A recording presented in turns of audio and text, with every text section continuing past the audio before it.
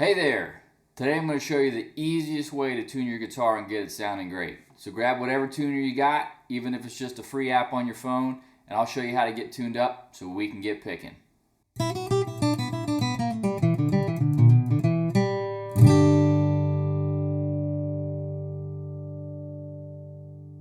if you're new here and you want to become a better picker, consider subscribing and hitting that bell icon so I can help you along the way. Don't forget to hit the like button and leave a comment down below.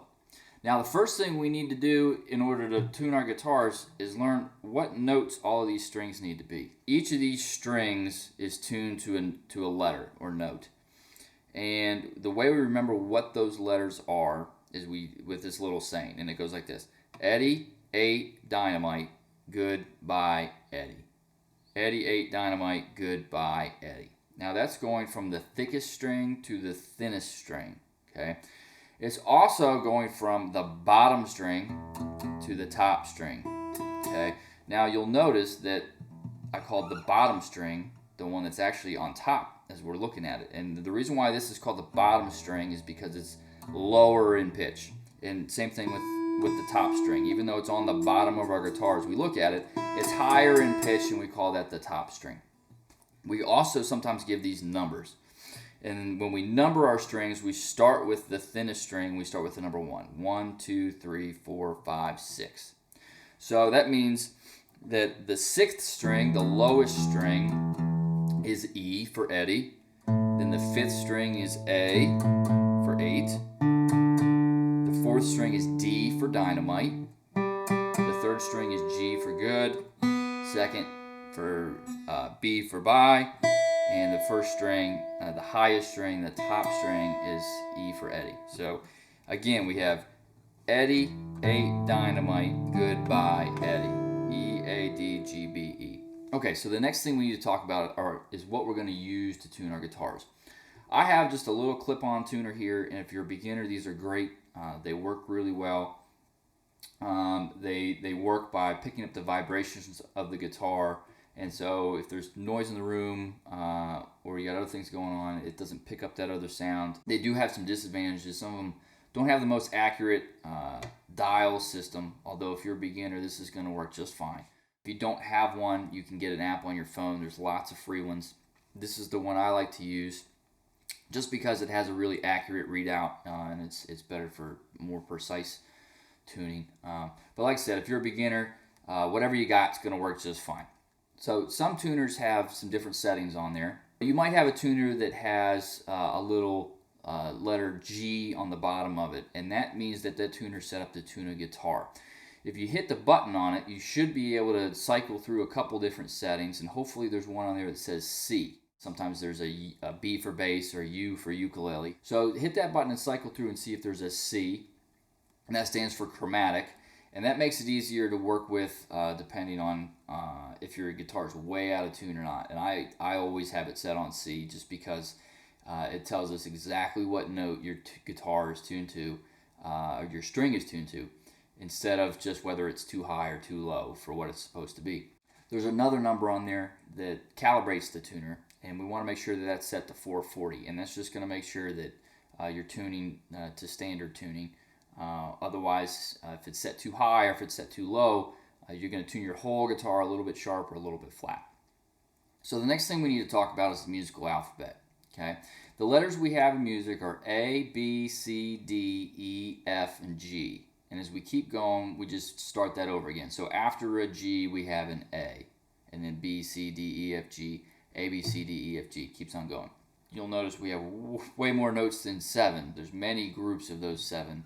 We also have some sharps and flats in between those letters. There's a total of 12 notes before they start over and repeat themselves. So I'll just demonstrate a little bit how that works. So if we go to the 5th string, that's actually an A.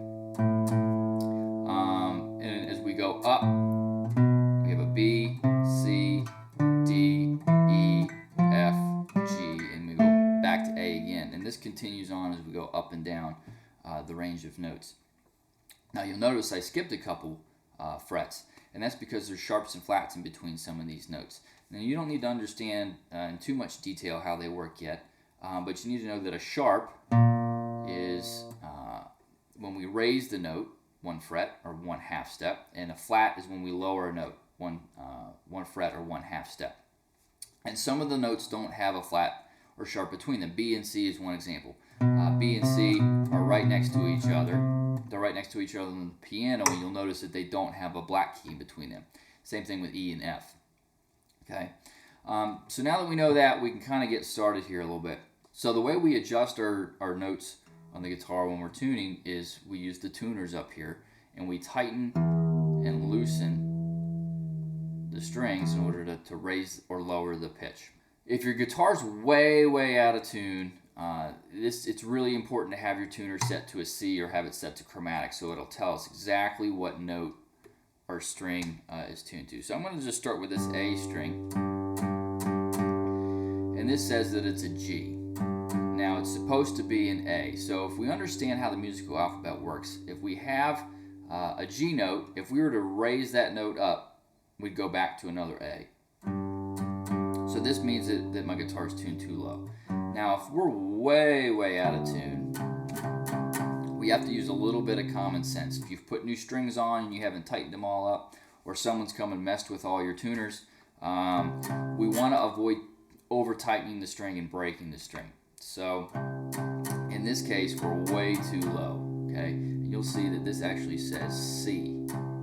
Now, just using a little bit of common sense, if it's C, and the closest A would actually be lower. But we can tell that's really low, and the string's really loose, so it's probably not the A we want. So we're gonna slowly bring this back up.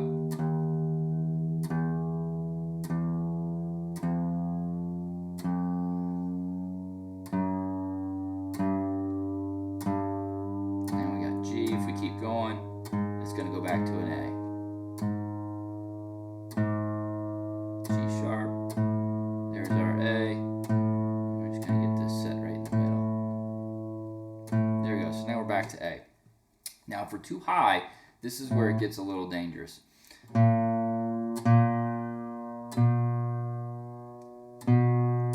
that says B. Now, B is really close to A. It's one letter apart. So we know that that this is above the A we want, and we need to loosen the string in order to get back to that A. We wouldn't want to go the other direction because we'd break the string. So there we go, A right there. You'll notice that I'm picking pretty frequently. Now when we're going through all of our strings, I like to tell people to pick, twist a little bit, pick, twist a little bit, pick, twist a little bit, until we're right there in the center, okay? We could pick and let it ring, and you'll see the tuner moving, but as the note dies off, it's not as accurate. So I like to pick, twist a little bit, until right there in the center. And that's really all we're going to do. We're just going to get all of these strings to the letters they need to be.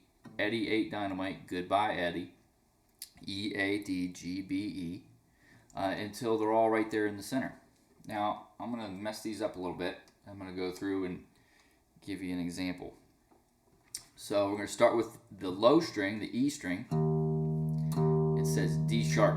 So we know that that's too low because D comes before E in the alphabet. So we're going to tighten this string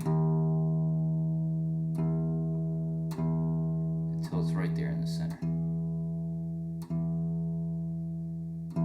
Now you'll notice it's wavering there a little bit. So we're just going to slowly adjust it until it stays right there in the center. Okay, the next letter we have A, and you can see that it's a little bit to the left of center, and that means we're too low. If it was on the other side, that would mean we're too high or too sharp. So we need to tighten this up until that goes right back to the center.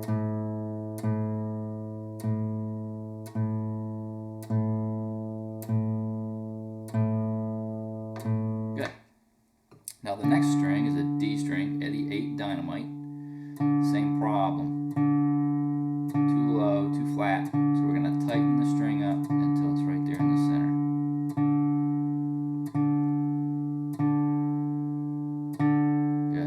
I go too far, you'll see that now it's too far to the right. That means we're too sharp and we need to go back down. We need to loosen the string back up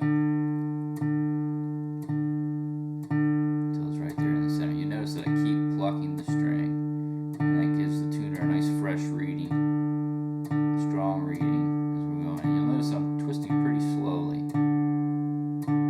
We don't want to twist too fast because then we jump all over the place when we twist too fast. Okay, now we have a G. Eddie 8 Dynamite, good. We're on the 3rd string. And we're too sharp, so we're going to loosen this up a little bit.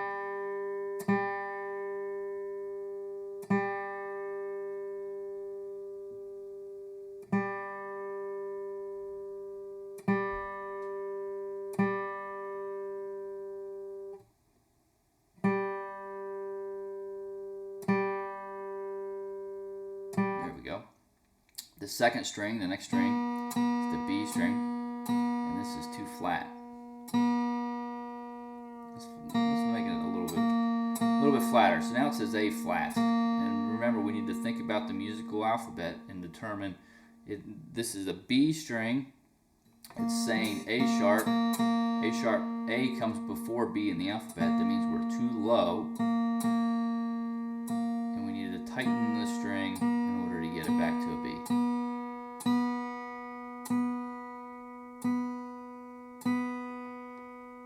Good. Now we're right there in the center.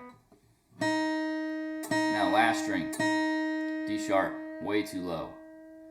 D comes before E in the alphabet, so we need to tighten the string. Now it says E. There we go, now we're right in the center. Now, even though we've just tuned the guitar, we need to go back and double check it, because as we tighten and loosen the strings, the tension on the neck and the tension on the strings changes a little bit, and that can change the pitch of the strings that we started tuning. See, our E needs to be tightened back up just a little bit. Our A is pretty good. Our D is good. Our G is good, and our B and E should still be good. So there's the basics on how to tune your guitar and get it sounding great. If you thought this video was helpful, hit the like button down below and consider subscribing so I can help you become a better picker.